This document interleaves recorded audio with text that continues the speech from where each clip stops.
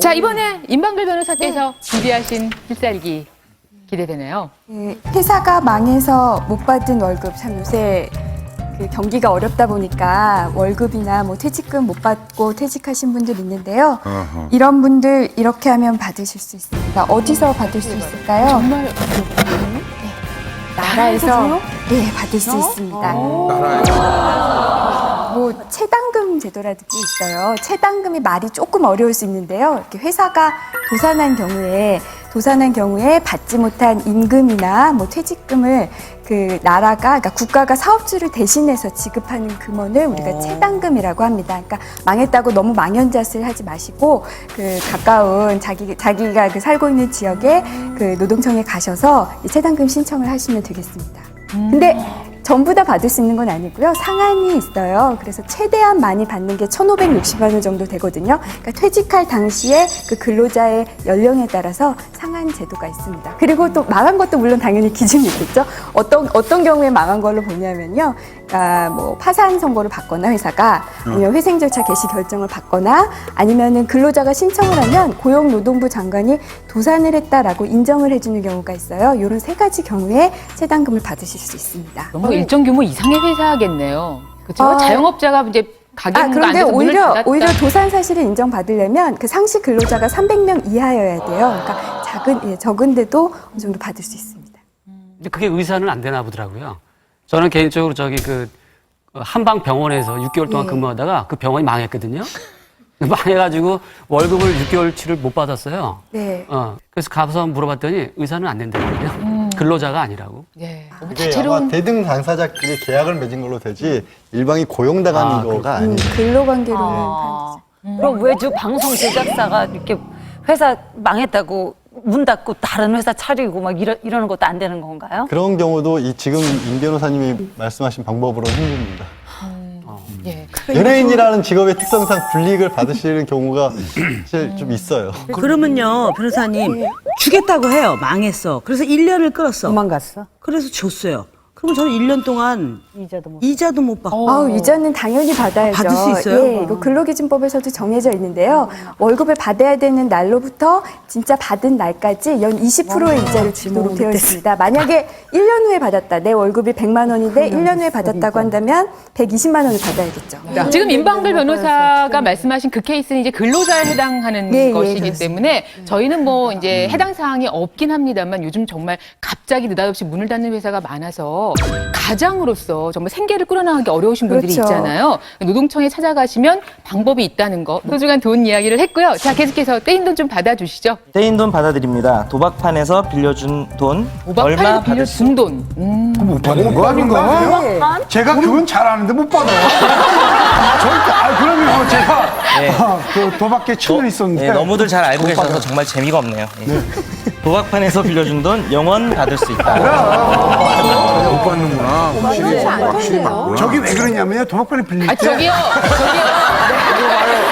전문가가 얘기합니다. 제 필살기입니다. 제가 좀 저 사람은 법대법이라는 프로에 나오지 말고 서울구치라는 프로에도 불러요. 아니, 저 한국님 씨 필살기인 줄 알았어요. 네, 저도 좀 얘기를 들을 뻔했는데 제가 말씀드릴게요.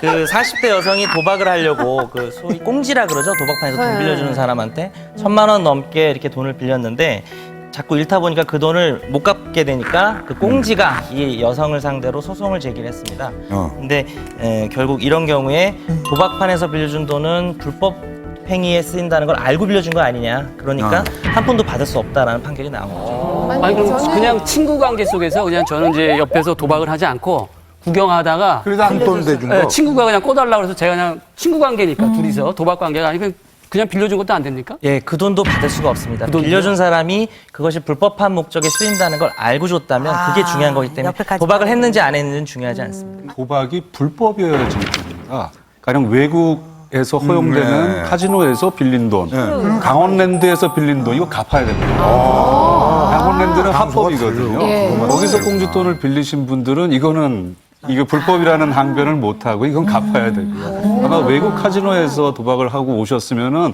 그 외국 카지노는 합법이라서 그러니까 외환관리법 이런 것만 아니라면은 그래서 갚으셔야지. 그러면 변호사님, 식구들끼리 100원짜리를 쳤어요. 안 갚아도 돼. 안 갚아도 돼요? 아닙니다. 그거는 일시오락이니까. 일시오락이라서.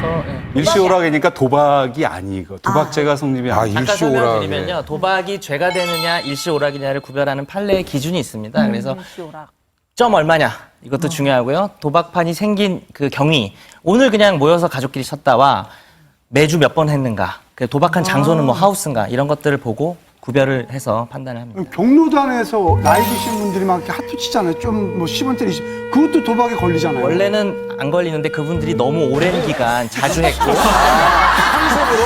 꽁지가 있고 금액이 아주 크다든지 그러면 도박이 될 수 있습니다. 그러고 노인네들 가면은 100살 먹은 분들도 전부 다 벌금 100원짜리 동전 나오고 이만큼 가져가서 고스톱도 쳐요. 일시오락으로 치는 게 아니고 업으로 해서 그렇습니다. 업으로 해서. 네, 그렇죠. 근데 이 부분에 있어서 이 도박 문제에 있어서 굉장히 관심들이 많네요. 뭐 여러 가지 일들이 있으신가 봐요. 집에서. 네, 집에서 저희는 집에서 명절 때 가족들끼리. 효도 고스톱을 꼭 그럼요. 쳐드려야 됩니다. 네.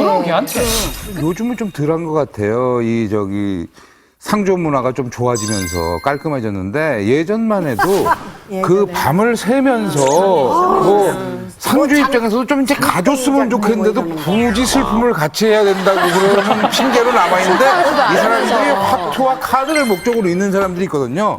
그럼 거기서 돈을 잃으면 자꾸 상주한테 그 돈 빌려달라고. 조의금을 자꾸 빌려가가지고 그게 굉장히 많이 날아가는데 이제 상주니까 기억이 별로 없는 거예요. 어떻게 줬는지.